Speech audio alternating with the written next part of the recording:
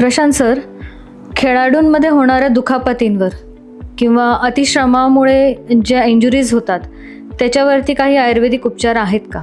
नक्की आहेत. मी स्वतः खेळाडू आहे, बरेच वर्ष क्रिकेट खेळलो आहे. त्यामुळं स्पोर्ट्स इंजुरी हा विषय काही जुना नाही आहे. स्पोर्ट्समध्ये जे काही इंजुरी होतात ना, ह्या बऱ्याचदा लिगामेंटम इंजुरी असतात. लिगामेंटला कुठंतरी झीज होते किंवा स्प्रेन मिळतो.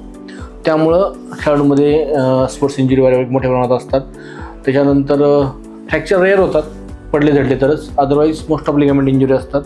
दुसरी गोष्ट म्हणजे एखादा सांधा सतत वापरून त्या सांध्यामध्ये मोठ्या प्रमाणात झीज होते.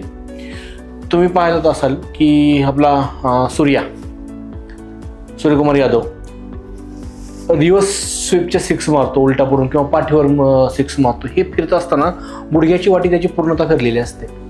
अशा वेळा तिथले जे लिगामेंट आहेत ते इंज्युर्ड होतात. सिव्हिअर इंजुरी असते. त्याला कदाचित त्याचं ऑपरेशन झालं असेल किंवा त्याला नक्कीच ऑपरेशनची गरज पडणार आहे. त्यासाठी त्याचे दोन्ही क्रुसेट लिगामेंटला प्रॉब्लेम येणार आहेत, एंटेरियर आणि पोस्टेरियर दोन्ही. पण तो ज्या पद्धतीने शॉर्ट्स खेळतो, ऋषभ पंतच्या बाबतीत पण तोच प्रॉब्लेम आहे.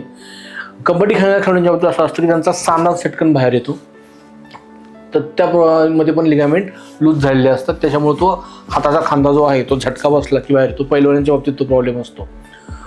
मधी ह्याचा होता, आपण कुणाचं पाहिलं होतं मध्ये, एक रोहित शर्मा, कॅप्टन, आपला कॅप्टन कोहली.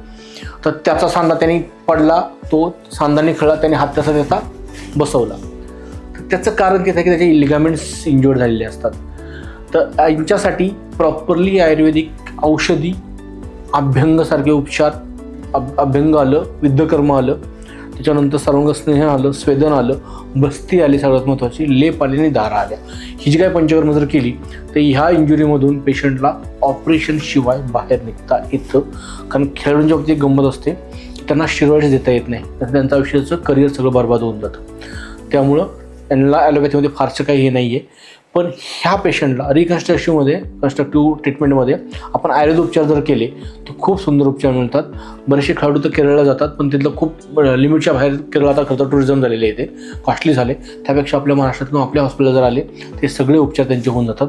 दुसरं गोष्ट म्हणजे हे सगळे उपचार त्यांना मेडिक्लेममध्ये कव्हर होणारे आहेत. काही शंका असतील खेळाडूंना कुठल्याही, कधी काय वाटलं तर कधी येऊन भेटा. फिजिओथेरपी आपण त्याला ॲड ऑन करतो बऱ्याचदा. त्यामुळं एकाच वेळा पंचकर्म फिजिओथेरपी जाणं आपलं एकमेव युनिट आहे.